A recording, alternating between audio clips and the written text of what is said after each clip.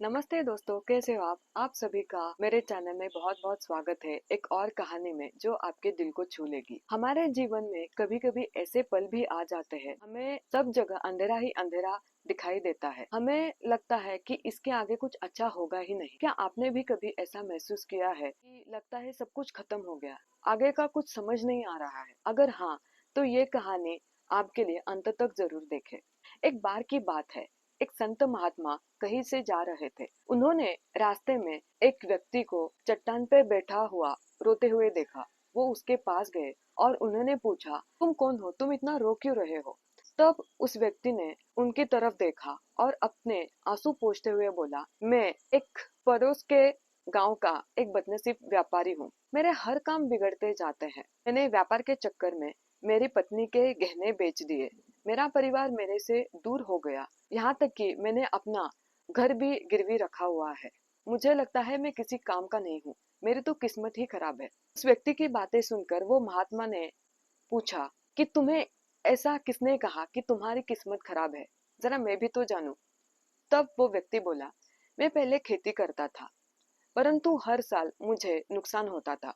कभी सूखा होने की वजह से, तो कभी बाढ़ आने की वजह से फसलें खराब होती थी।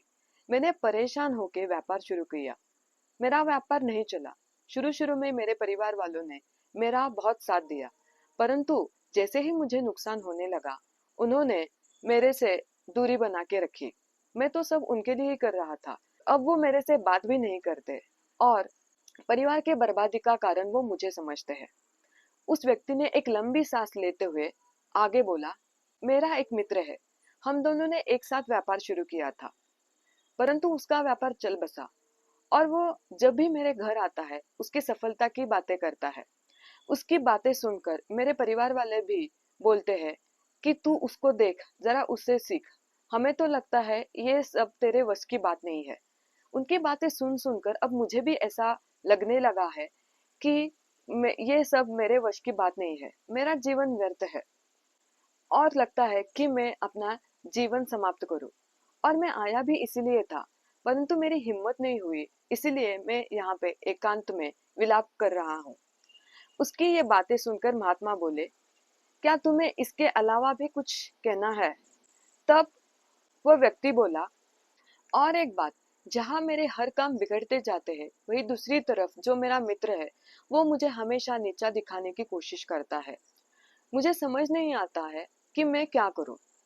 तब वो संत महात्मा प्रश्न करते हुए बोले, क्या तुम्हें तुम्हारे मित्र की बातें दुख पहुंचाती है? तब उस व्यक्ति ने उनसे हामी भरी।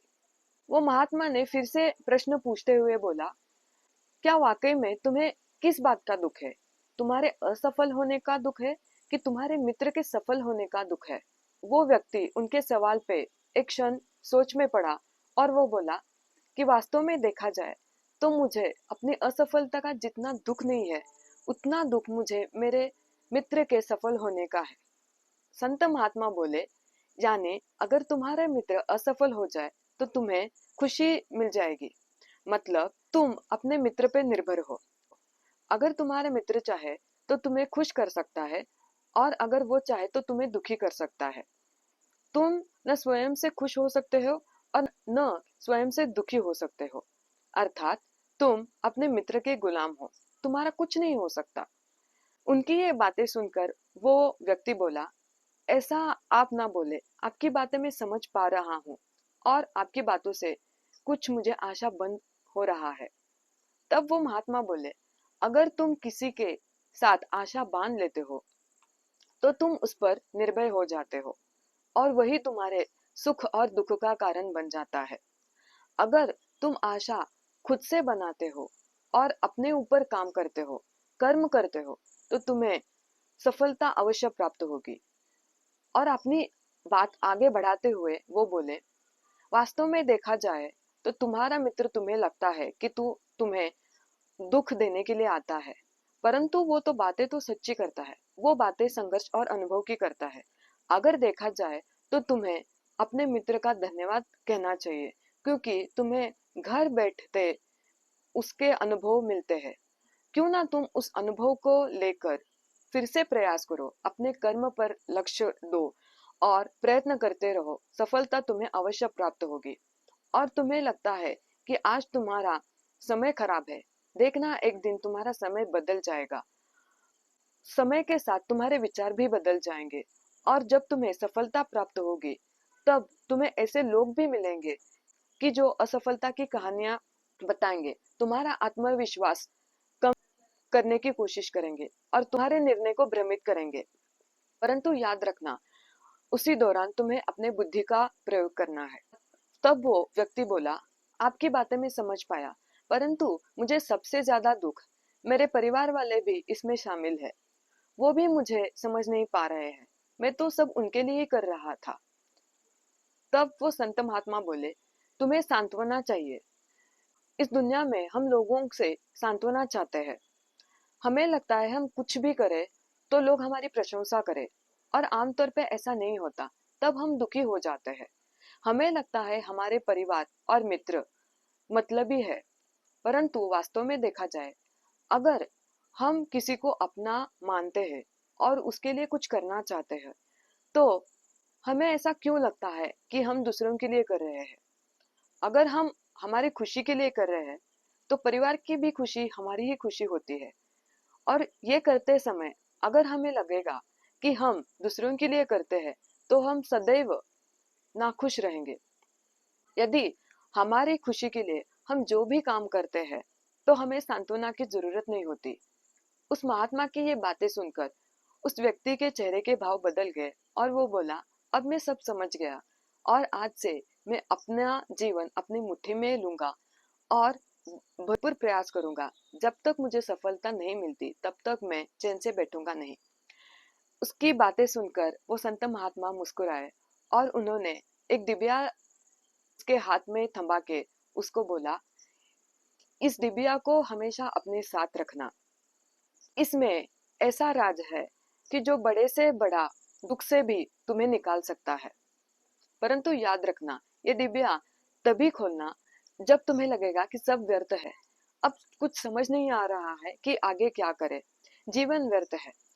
वो व्यक्ति संत का धन्यवाद देते हुए वो डिबिया लेते हुए वहां से निकल पड़ा, और उसने नए उत्साह के साथ अपना व्यापार शुरू किया। उसका व्यापार चल बसा, और अपने लगन और मेहनत से वो बड़ा व्यापारी बना। उसके परिवार वाले भी उसके साथ रहने लगे। अब वो भविष्य की चिंता नहीं करता था। अब वो अपने वर्तमान पे ध्यान देते हुए, अपने कर्मों पे ध्यान देते हुए अपना वर्तमान सुधारने की कोशिश करता था। परंतु वो बोलते हैं ना, समय एक जैसा नहीं रहता, समय बदलता रहता है। उस व्यक्ति के जीवन में भी बदलाव आ गए। एक बार पड़ोसी राज्य ने उनके राज्य पे चढ़ाई की, और सैनिकों ने हर तरफ लूटमार मचा दी। उस व्यापारी का धन लूट लिया और उसके घर को आग लगाई। वो व्यापारी अपने परिवार के साथ अपनी जान बचाते हुए उसने पलायन किया। वो इधर उधर भटकता रहा। वो दाने दाने का अब मोहताज बन रहा था। एक दिन उसका बच्चा बीमार पड़ गया। उसके इलाज के लिए भी उसके पास पैसे नहीं थे। ये सब देख के वो उसका हृदय चित्कार उठा। उसको समझ नहीं आ रहा था पैसे कैसे, कहाँ से इकट्ठा करे। तभी और एक बार उसको निराशा ने घेर लिया। उसको लगा ये जीवन व्यर्थ है, यहाँ पे किसी का कुछ मतलब नहीं है।